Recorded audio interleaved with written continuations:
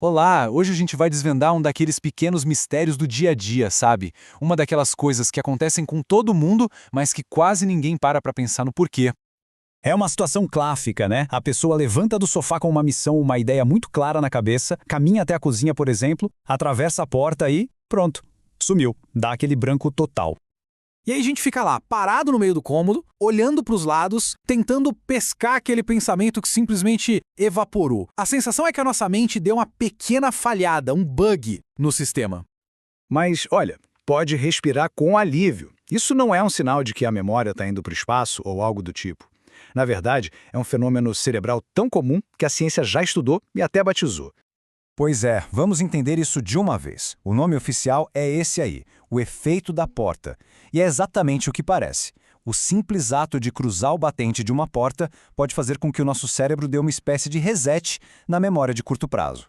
Agora, a parte mais legal é essa analogia. Os pesquisadores sacaram que o nosso cérebro funciona de um jeito bem compartimentado. Ele encara cada ambiente, cada cômodo, como se fosse uma fase nova, sabe? Um cenário diferente que exige um foco totalmente novo. E aqui está o passo a passo de como isso acontece. Pensa só. Quando surge a ideia de pegar algo na cozinha, essa intenção fica ligada a um arquivo da sala, por exemplo. Ao cruzar a porta, o cérebro, que é super eficiente, pensa: ok, fechei o arquivo da sala, hora de abrir o da cozinha para liberar espaço mental. O problema, a tal da intenção ficou guardada lá no arquivo anterior. E esse é o ponto-chave. O que a gente sente como uma traição da memória é, na verdade, o nosso cérebro sendo incrivelmente eficiente.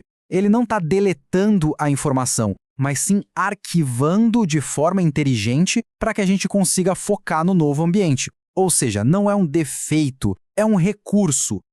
E a melhor parte é que depois de entender como isso funciona, a solução para resgatar esse pensamento perdido se torna, nossa, é ridiculamente simples.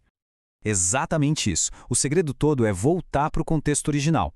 Quando a gente retorna para o cômodo onde a ideia surgiu, é como se estivéssemos sinalizando para o cérebro: ei, pode reabrir aquele arquivo, por favor? E quase como mágica, o próprio ambiente ajuda a trazer de volta o pensamento que tinha sido arquivado. Então, fica aí o convite. Na próxima vez que der aquele branco no meio de um cômodo, sem saber o que foi fazer lá, nada de frustração. É só fazer o teste. Dê meia volta, retorne ao ponto de partida e veja se o pensamento não reaparece.